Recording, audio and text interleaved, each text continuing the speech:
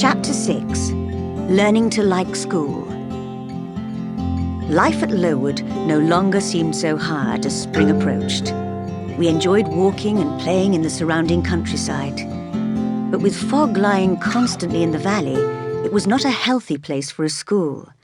And by May, more than half the girls were seriously ill with typhus fever. As a result of poor food and bad living conditions, many girls died. While there was fear and death inside the school, the sun shone on the flowers outside and on the flowing streams in the valleys. So I and the few who had escaped illness enjoyed the beautiful summer weather, with no lessons or discipline at all. Helen Burns could not come walking with me because she was ill, not with typhus, but with tuberculosis. At first I had thought she would recover, but when I learned her illness was serious, I decided to visit her at night for what might be the last time. I found her lying in bed, looking pale and weak.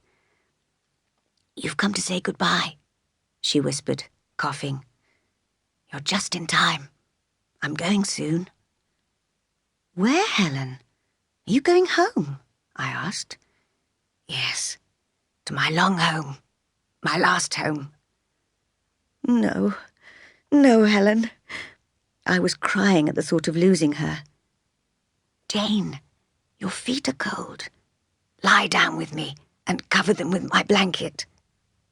I did so. "I'm happy, Jane," she continued. "You mustn't cry. By dying young, I'll avoid suffering. I'm going to heaven." "Does heaven really exist?" I asked. "Yes, I'm sure of it. I'm sure our souls go there when we die," she answered firmly. "Will I see you again, Helen, when I die?" "Yes, you will go to heaven too, Jane." I could not quite believe that heaven existed, and I held tightly to Helen. I did not want to let her go. We kissed goodnight and fell asleep. In the morning, Miss Temple found me asleep, with Helen Burns dead in my arms. She was buried in the local churchyard. Gradually, the typhus fever left Lowood, but the number of deaths made the public aware of the poor conditions in which the pupils lived. Money was raised to build a new school in a better position. Many improvements were made, and Mr. Brocklehurst lost his position as manager. So it became a really useful place of education. I stayed for 8 more years, for the last 2 as a teacher. I was busy and happy all that time, relying greatly on the help and encouragement of my dear friend Miss Temple. But when she married and moved to a distant part of the country, I decided it was the moment for me to change my life too. I realized I had never known any other world apart from Lowood or Gateshead. Suddenly I wanted freedom, or at least a new master to serve.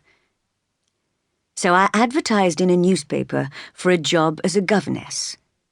When I received an answer from a Mrs. Fairfax, who wanted a governess for a girl under 10 years old, I accepted, with the permission of the new headmistress of Lowood.